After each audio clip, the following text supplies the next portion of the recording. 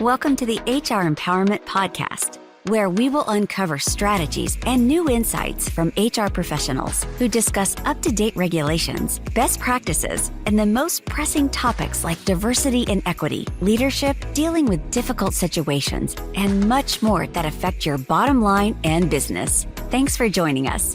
Hey everybody, Wendy Sellers here, the HR lady. Welcome back to our conversation about motivational leadership. We're here today with John Verico, who's a master storyteller, as you could already tell. I love your blending of humor and everything, reality to the conversation. So, John, where are you calling in from today? You know, actually, about 2 years ago, I moved to York, Pennsylvania. Moved out of the Washington, D.C. area, where I was for the past 38 years. And I'll tell you, the D.C. area is a different part of the world. People there don't communicate with each other in ways that you would think that they would. And they don't socialize as much as they network. Ah, there is a big difference, 100%. Huge difference. And so I think, you won't find that many inspirational leaders among people like that. Yeah, it's so interesting that you mentioned that because I was on a call this morning. I actually, fortunately, didn't have any meetings today. I had one, it was one of those marketing type things. They were trying to sell me something, and it's something I actually might participate in. And we all get on the call, it's a Zoom call or a GoToMeeting, one of those. And they go, I think we've all met before. And I'm like, oh, yeah, I used to be a big networker back in Orlando. And it was all of them. Everybody was like, no, we've met. I think I've seen you here. But none of us could actually connect the dots because we were networking. We weren't connecting. We weren't building relationships. At that point in time, we probably we kind of know this person, but they're not beneficial to me or you. And so just kind of keep it in your pocket. So very, very key to my conversation today. So thank you for recognizing that. Yeah. It's so interesting because, when we do that, I was in public affairs and communications for 40 years in government agencies. And you meet a lot of people, you work with a lot of people, you network with a lot of people. I have a photographic memory for a face, but I'll be darned if I can pull up that dossier file and tell you why I know that person or how I know that person. Am I supposed to hug you, salute you? Do you like me? Do I hate you? Who are you?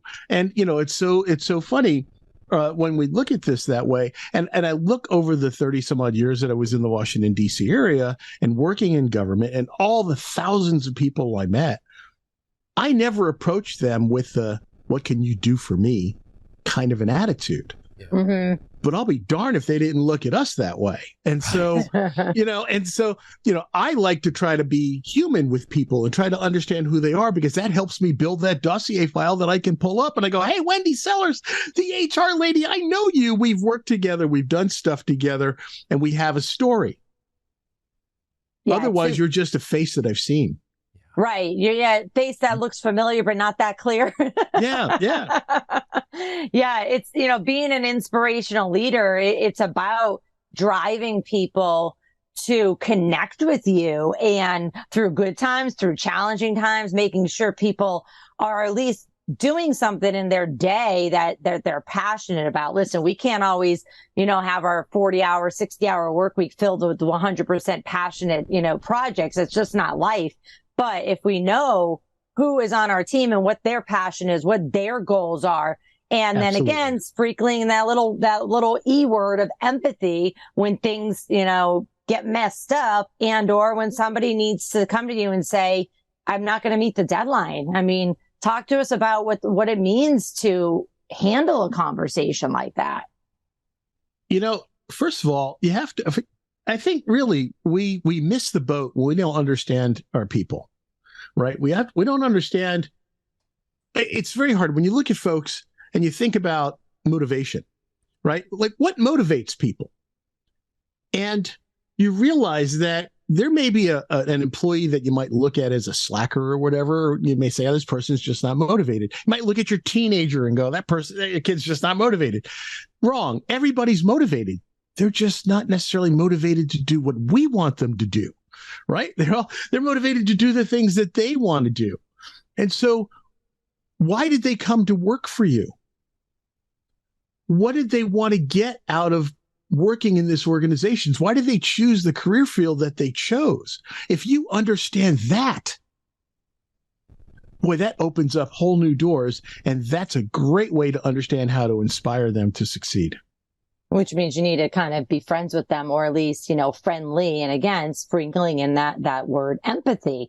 It gets you so far. I think JC has some statistics on this, actually. According to yes, sir. All right. According to a Catalyst study, companies that place a strong emphasis on empathy have a 20% higher employee retention rate and 28% higher revenue growth. This does imply that empathy can result in a more positive and productive work environment, which benefits both employees and employers at the end of the day. Yeah, I thank you for that, JC. And I also want to remind our viewers, I mentioned it in my babble a few minutes ago about vision. It's not just about the company's vision or the division's vision or the department's vision. It's about the person's vision. Okay, our vision should align if you're working for me, but if they don't 100% align, hey, employee Bob, how can I help you get to where you want to go?